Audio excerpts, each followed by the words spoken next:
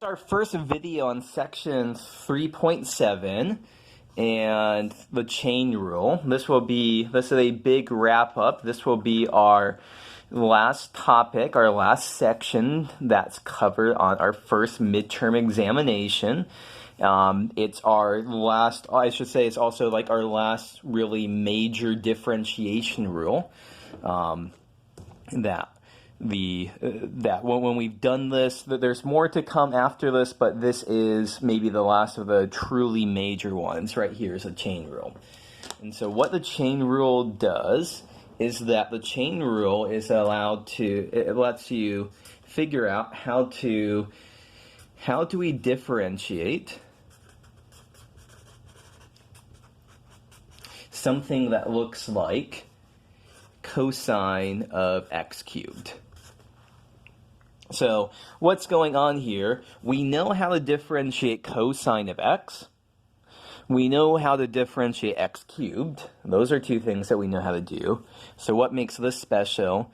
This is a composition of two functions. So really what this is about is compositions. So we are thinking about stuff that looks like f of g of x. So here, in the example that I just wrote up, f of x is cosine x, and g of x is x cubed. And so the chain rule is going to answer the question for us, how do we differentiate compositions of functions? So let me go ahead and state the chain rule. So the chain rule says that, so standard preamble stuff, if f and g are differentiable, then the composite function f of g of x is also differentiable with the derivative of f of g of x is equal to f prime of g of x times g prime of x. Okay, this is the chain rule. This will allow us how to differentiate stuff that looks like cosine of x cubed.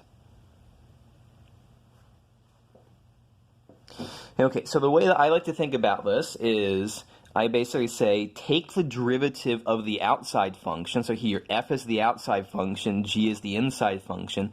Take the derivative of the outside function, leave the inside function alone, multiply by the derivative of the inside function. So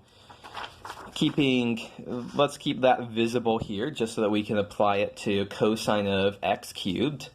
So what this says is the derivative of cosine of x cubed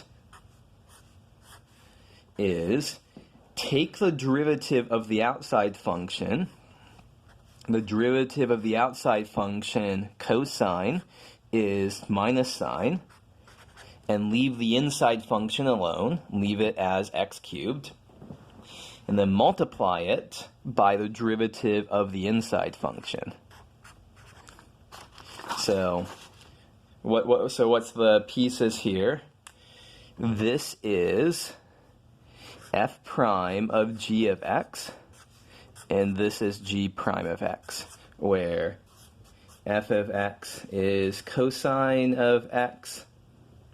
Often we would, g of x is x cubed. Sometimes it looks a little bit awkward here to have cosine x and then an x cubed, so sometimes we prefer to use a different letter. Sometimes we prefer to write this as f of u is equal to cosine u. So that's how we apply the chain rule. That is the chain rule, that's how we apply it. So in particular, what's the important thing to say here? The derivative is not negative sine of 3x squared. So that would be take the derivative of the outside function, and then on the inside, take the derivative of the inside function and just plop it in there. So this is not how the chain rule works. So obviously it's a little bit of a disadvantage of me doing these videos in that you can't be asking me questions immediately as you're watching them. But also I can't be asking you questions for feedback and stuff like that. So in the spring I was teaching. I filled in for a friend in a 135 lecture, and it just so happened I got to do the chain rule. And so I was doing an example of the chain rule. I'd shown off the statement of theorem, done one example, and I let somebody else, I said, oh, can somebody tell me what the answer is going to be here for the chain rule? And I was extremely grateful that the student made this mistake, and I said, like that's a mistake, but I'm very grateful that you make it, because this is the most common mistake to make for the chain rule. So I want to be very upfront here that this is how the chain rule works. This is wrong. Let's do one more example maybe here with the chain rule before we end this video. So let's have lots of stuff going on in here. Let's say that we have a function g of x is e to the 1 plus sine x.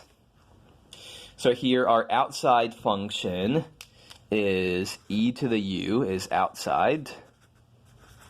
And the inside function is right up here. This is the inside function, 1 plus sine x. And so when we take the derivative, what do? We take the derivative of the outside function, but the derivative of the outside function is just e to the u. So the derivative is also e to the u. And we leave the inside function alone, 1 plus sine x. And we multiply it now by the derivative of the inside function. And that is so 1 plus sine x, the derivative of that. And that is e to the 1 plus sine x times the derivative of 1 plus sine x is cosine x. So there's an example of that. Common way that this gets used, I guess I lied, I said that was going to be the last example. Let me just wrap up with this comment. Common way that this gets used is oftentimes you'll talk about the derivative of e to a constant multiple of x. What's the derivative of this? So the derivative of this is the derivative of e to the u is e to the u, so we have e to the 4x, multiplied by the derivative of the upstairs function, the inside function, the derivative of 4x is 4, and so the answer is 4e to the 4x. So this is a very common calculation. If k is a constant, e to the kx, the derivative of that is k e to the kx. This is a calculation that we do quite a bit in calculus, both Calc 1, Calc 2, and in the future.